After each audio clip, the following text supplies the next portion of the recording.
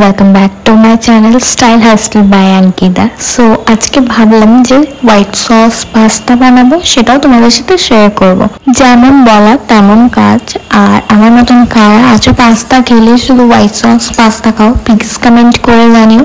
So এখানে দেখতেই পেলে ফার্স্টে আমি কড়াইতে তেল দিয়েছিলাম, সেখানে গাজর আর ক্যাপসিকামটাকে ভালো করে ফ্রাই করে নেবো। একটু নুন অ্যাড করবো তার সাথে। যদি তোমরা চাও এখানে কর্ন বা আরো ভেজিস ইউজ করতে পারো, বাট আমার কাছে ছিল না। আমার কাছে যে দুটো উপকরণ ছিল সেগুলো দিয়ে আমি করেছি, আনফুললি নিরামিষ ভাবে এটা হয়েছে। এখানে ভালো করে আমি ক্যাপসিকাম আর গাজরটাকে ভেজে নেবো, যাতে গাজরটা হালকা সেদ্ধ হয়ে যায়, কারণ এটা তো আর বয়েলড হবে না, এই ভাজাতেই যা সেদ্ধ হবে। হোয়াইট সস পাস্তা তোমরা কিভাবে বানাও সেই রেসিপিটা জানিও, আমি সেভাবে ট্রাই করব। আমি যেভাবে বানাই সেটাই তোমাদের সাথে শেয়ার করলাম। সো এদিকে ভাজা কমপ্লিট, এদিকে তুলে রেখে দিয়েছি। আর এদিকে পাস্তার প্যাকেট নিয়ে চলেও এসেছি। তো এখানে পাস্তা দিয়ে দেবো, আর যেটাতে আমি বয়েল করব সেটা হচ্ছে দুধ আর জল দিয়ে আমি বয়েল করব। আর এখানে আমি কোনো নুন এখন অ্যাড করব না। সেদ্ধর সময় যদি নুন অ্যাড করে দাও তাহলে দুধটা কেটে যেতে পারে, সে কারণের জন্য নুনটা এখন দেবো না। তো ভালো করে দুধ আর জল দিয়ে এখন আমি বয়েল হতে দেবো পাস্তা একদম লো ফ্লেমে। ভালো করে জল আর দুধ দিয়ে, মানে জল আর দুধের কোয়ান্টিটিটা অনেকটা দিয়ে ঢাকা দিয়ে রেখে দিলাম, যাতে সেদ্ধ হয়ে যায় ভালো করে। একটু জলের কোয়ান্টিটিটা, মানে লিকুইডের কোয়ান্টিটিটা একটু বেশি দেবে পাস্তার থেকে, যাতে গায়ে গায়ে লেগে না যায়, সে কারণের জন্য। তো দেখো এখানে খুব ভালোভাবে সেদ্ধ হয়ে গেছে, একটা একটা পাস্তা একদম গায়েও লাগেনি, খুব ভালোভাবে সেদ্ধ হয়ে গেছে। অথচ দেখো গায়ে স্টিক করছে না, একদম একটা একটা করে দেখতেই পাচ্ছ, যেটা ক্যামেরা আমি দেখাচ্ছি।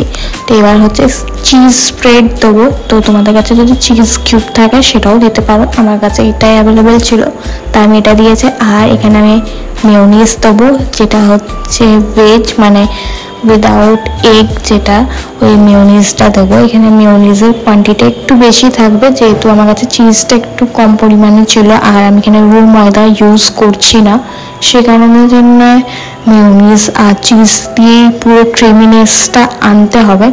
তো এখানে আমি প্রায় বড় চামচে 3-4 চামচ দিয়েছি মেয়োনিজ। তো ভালো করে পাস্তার সাথে মিক্স করার পর এখানে আমি ভেজিটেবল যেটা ফ্রাই করে রেখেছিলাম ওটা দিয়েছি, নুন দিয়েছি আর একটু চিনি দিয়েছি। চিনিটা এই কারণেই দিয়েছি যাতে টেস্টে ব্যালেন্সড হয় খুব ভালো করে। এবার যদি তোমরা এখানে একটু ঝোল ঝোল, মানে একটু গ্রেভি টাইপের খেতে চাও, দেন একটু দুধ দিও, আর জলও দিতে পারো। জল দিলে একটু পাতলা হবে, বাট দুধ দিলে আই থিঙ্ক বেসিক ক্রিমিনেসটা ভালো লাগবে। তো আর যদি একটু শুকনো শুকনো ড্রাই ড্রাই খেতে চাও দেন এটাতেই স্টপ করে দিতে পারো।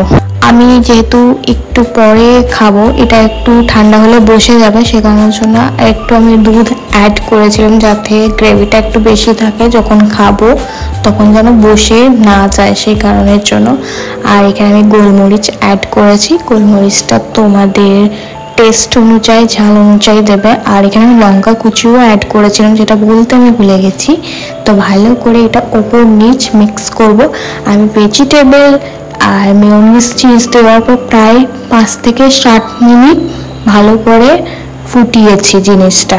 যখন সব কিছু দিয়ে ভালো করে ফোটাবে দেখবে ধীরে ধীরে ক্রিমি টেক্সচারটা চলে আসবে, আর তাহলেই তোমাদের delicious creamy pasta ready without ম্যাদা।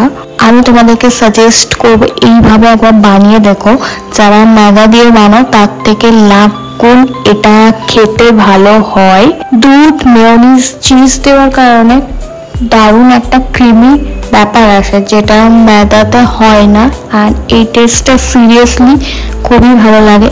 So try this at home and আমাকে কমেন্ট করে জানিও যে কেমন লাগলো তোমাদের, আর ভিডিওটা কেমন লাগলো জানিও। ভালো লাগলে অবশ্যই লাইক কমেন্ট শেয়ার করবে। অবশ্যই বাড়িতে একবার ট্রাই করো, ট্রাই করার পর প্লিজ কমেন্ট করে জানিও যে তোমাদের এটা কেমন লেগেছে।